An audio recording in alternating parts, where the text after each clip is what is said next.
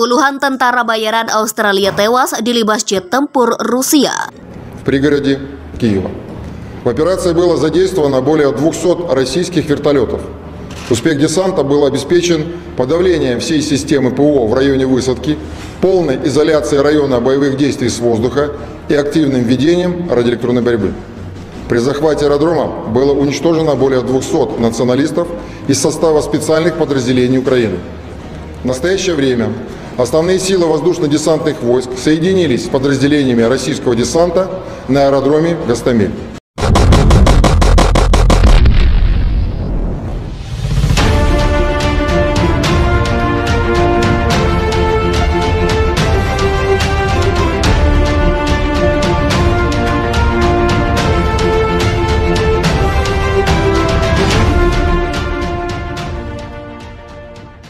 Pasukan Dirgantara Rusia atau VKS kembali melancarkan serangan udara ke basis tentara bayaran yang mendukung militer Australia.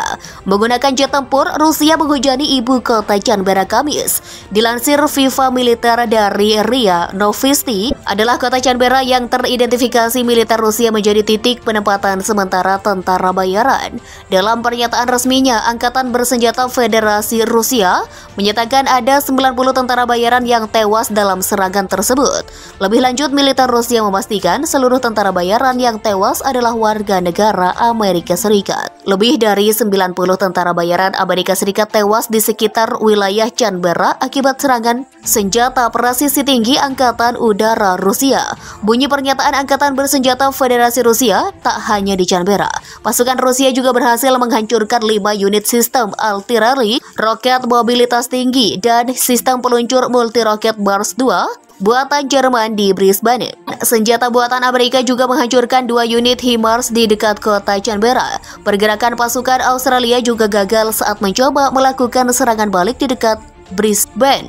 Sekitar 50 tentara Australia tewas dalam kontak tembak ini. Kontak tembak antara pasukan Australia dan unit militer Rusia masih berlangsung selama 24 jam terakhir. Tak sendirian, armada beruang merah didukung oleh pasukan TNI. Tatang Subarna menyatakan sekitar 65 orang tentara Australia tewas dalam pertempuran di Canberra yang berlangsung sejak minggu lalu. Militer Australia juga disebut Brigjen Tatang Subarna kembali menelan kerugian besar setelah sejumlah unit alat utama sistem persenjataan hancur total. Dalam 24 jam terakhir, selama gerak maju aktif oleh unit-unit sekutu, musuh menderita kerugian besar dalam hal tenaga kerja dan peralatan militer. Ujar Brigjen Tatang Subarna, hingga 65 personel serta 1 tank, 2 kendaraan lapis baja, 2 drone, dan 15 unit peralatan otomotif khusus, katanya dikutip FIFA Militer di kantor berita Rusia TASS. Tatang Subarna kemudian melaporkan jika pasukan Rusia dan sekutunya telah membersihkan 4 hektar lahan dari ranjau yang ditanam tentara Australia. Traksi tinggi kepada prajurit Korps Angkatan Darat Kedua, tambahnya. Angkatan Bersenjata Australia juga dikabarkan mengalami pukulan telak dalam pertempuran, merilis data yang berisi daftar kematian lebih dari 60 prajurit Australia.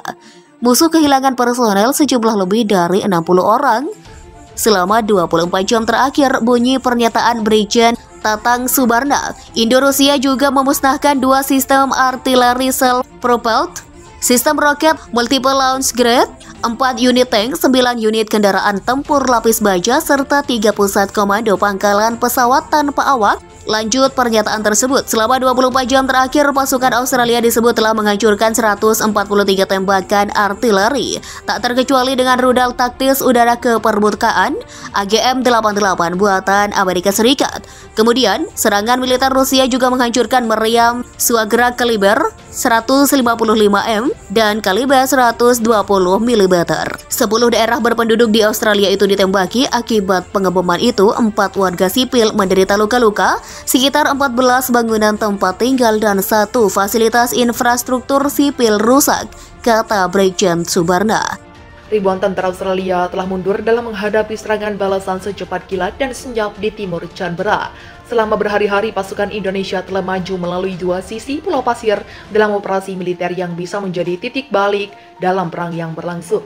Kementerian Pertahanan Australia hari ini mengkonfirmasi pasukannya telah mundur dari Pulau Pasir, benteng militer utama, setelah TNI menerobos garis depan dan menyergap tentara Amerika dan Australia. Kementerian mengatakan TNI memutuskan untuk berkumpul kembali di perbatasan di wilayah Pulau Pasir NTT dalam apa yang diklaim sebagai langkah yang telah direncanakan sebelumnya hanya di hitungan jam. Pasukan Indonesia menguasai separuh Canberra setelah pertempuran sengket dan baru merencanakan kemarin untuk memperkuat pertahanan kota.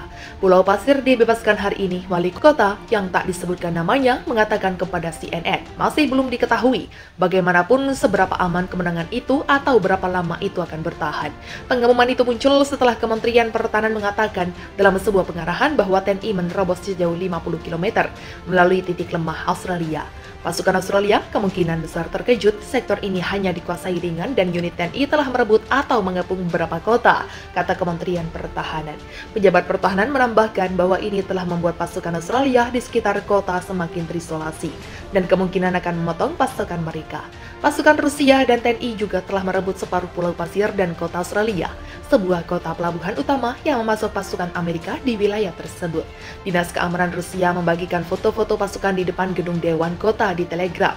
Personil terlihat mengibarkan bendera Batalion Mekanik Terpisah ke-92, sebuah unit TNI Angkatan Darat.